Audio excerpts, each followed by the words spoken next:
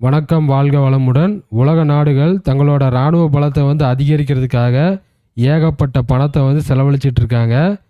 எந்தெந்த நாடுகள் எவ்வளோ செலவு பண்ணியிருக்காங்க, இந்தியா எவ்வளோ செலவு பண்ணியிருக்காங்க அப்படிங்கிறத இந்த காணொலியில் நம்ம பார்ப்போம்.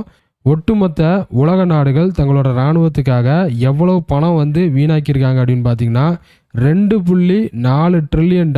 மொத்தமாக எல்லா நாடுகளையும் சேர்த்து $2.4 ட்ரில்லியன் செலவழிச்சிருக்காங்க. இதில் இந்த சீனாவும் யூஎஸும் மட்டுமே எவ்வளவு டிஃபென்ஸுக்காக செலவு பண்ணியிருக்காங்க அப்படின்னு பார்த்தீங்கன்னா $1.2 ட்ரில்லியன். இந்த 2 லூசு பயல்களால் 2 பேருனால மற்ற நாடுகளும் வேறு வழி இல்லாமல் இவங்களோட உலக அரசியல் போட்டிகளுக்காக, அதிகார போட்டிக்காக மற்ற நாடுகளும் வேறு வழி இல்லாமல் தங்களோட இராணுவ பலத்தை அதிகரிக்கிறதுக்காக பணத்தை செலவு பண்ணிகிட்டு இருக்காங்க. சவுத் சைனா சீல இந்த வீணாக போன சீனா பண்ணுற அட்டூழியத்தினால தைவான், பிலிப்பைன்ஸு, ஜப்பான் போன்ற நாடுகள் தங்களோட இராணுவத்துக்காக செலவு பண்ணக்கூடிய தொகையை அதிகரிச்சிருக்காங்க. தைவான் தன்னோட பட்ஜெட்லேருந்து 11% மிலிட்ரிக்காக ஒதுக்கியிருக்காங்க. $17 பில்லியன் டிஃபென்ஸுக்காக 2023 தைவான் ஒதுக்கியிருக்காங்க. இதே இது ஜப்பானை பொறுத்த வரைக்கும் பார்த்தீங்கன்னா அவங்களும் 11% பட்ஜெட்லேருந்து 11% மிலிட்ரிக்காக ஒதுக்கி $50 பில்லியன் டிஃபென்ஸுக்காக செலவு பண்ணியிருக்காங்க. இதுக்கெல்லாம் யார் காரணம் அப்படின்னு பார்த்தீங்கன்னா இந்த வீணாக போன இந்த சீனாவும் யூஎஸும் தான். உலக அளவில் பார்த்தீங்கன்னா ஏகப்பட்ட மக்கள் அதாவது 2 பில்லியன் மக்கள் மோதல்களுக்கு நடுவே தான் வாழ்ந்துட்டுருக்காங்க. உதாரணத்துக்கு பார்த்தீங்கன்னா இந்த ரஷ்யா உக்ரைன் போர் இன்னும் நடந்துக்கிட்டே தான் இருக்குது. இதனால் 2023 ரஷ்யா என்ன பண்ணியிருக்காங்க அப்படின்னு பார்த்தீங்கன்னா பட்ஜெட்லேருந்து 24% மிலிட்ரிக்காக செலவு பண்ணியிருக்காங்க. அதாவது $19 பில்லியன் டிஃபென்ஸுக்காக ரஷ்யா செலவு பண்ணியிருக்காங்க. இதே இது 2024 பொறுத்த வரைக்கும் இந்த தொகை 40 பில்லியனாக அதிகரிக்கும் அப்படின்னு சொல்கிறாங்க. 30% மிலிட்ரிக்காக பிரசிடென்ட் புட்டின் செலவழிப்பார் அப்படின்னு சொல்லி எதிர்பார்க்கப்படுது.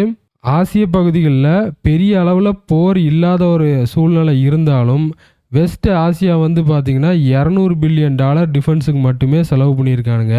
சவுதி அரேபியாவை எடுத்துக்கிட்டோம்னு வச்சுக்கோங்களேன், $75 பில்லியன் மிலிட்ரிக்காக செலவு பண்ணியிருக்காங்க. இவங்களை லார்ஜஸ்ட் டிஃபென்ஸ் ஸ்பெண்டர் அப்படின்னு சொல்கிறாங்க. அடுத்து நம்ம இந்தியாவை எடுத்துக்கிட்டோம் அப்படின்னா $83 பில்லியன் டிஃபென்ஸுக்காக செலவு பண்ணியிருக்காங்க. உலகத்திலே 4th லார்ஜஸ்ட் ஸ்பெண்டர் யார் அப்படின்னு பார்த்தீங்கன்னா இந்தியாங்க. இந்த வீணாக போன சீனானாலையும் பாகிஸ்தானாலையும் வேறு வழி இல்லாமல் இந்தியா $83 பில்லியன் செலவழித்து 4th பிக்கெஸ்ட் ஸ்பெண்டர் அப்படிங்கிற நிலைக்கு தள்ளப்பட்டிருக்காங்க. இதே இது சென்ட்ரல் அமெரிக்கா அப்புறம் கரீபியனை பொறுத்த வரைக்கும் பார்த்தீங்கன்னா அவங்க எதற்காக டிஃபென்ஸுக்கு அதிகப்படியான பட்ஜெட்டை ஒதுக்குறாங்க அப்படின்னு பார்த்தீங்கன்னா ஆர்கனைஸ்டு கிரைமை எதிர்த்து செயல்பட வேண்டிய ஒரு சூழல் இருக்கிறதுனால அவங்க அதிகப்படியான பட்ஜெட்டை டிஃபென்ஸுக்காக ஒதுக்கிட்டு இருக்காங்க. இதே இது ஆப்பிரிக்காவை பார்த்தோம் அப்படின்னா அந்த புரட்சி படைகள் இருக்குது பார்த்தீங்களா, அவங்களுக்காக அந்த நாடு டிஃபென்ஸில் அதிகப்படியான பணத்தை செலவழிக்காங்க. பர்சன்டேஜ் அடிப்படையில் பார்த்தோம் அப்படின்னா காங்கோ, ஆப்பிரிக்காவில் இருக்கக்கூடிய காங்கோ 100%க்கு மேலே பட்ஜெட்டை வெறும் டிஃபென்ஸுக்காக மட்டும் ஒதுக்கியிருக்காங்க. இதிலேருந்து நாம் தெரிஞ்சிக்க வேண்டிய விஷயம் என்ன அப்படின்னு பார்த்தீங்கன்னா யாருக்கோ ஆதாயத்துக்காக போர் அப்படிங்கிற விஷயம் தேவைப்படுது. அந்த போர் நடந்தால் மட்டும்தான், சண்டையிலே இருந்தால் மட்டும்தான் அவங்களால ஆயுதத்தை வச்சு வியாபாரம் பண்ணி பணத்தை சம்பாதிக்க முடியும்.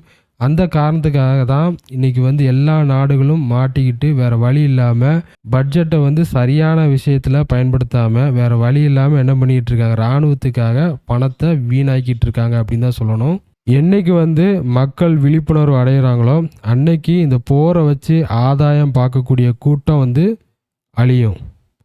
காணொளி பார்த்தமைக்கு ரொம்ப நன்றி. அடுத்த காணொளி சந்திப்போம். நன்றி, வணக்கம், வாழ்க வளமுடன்.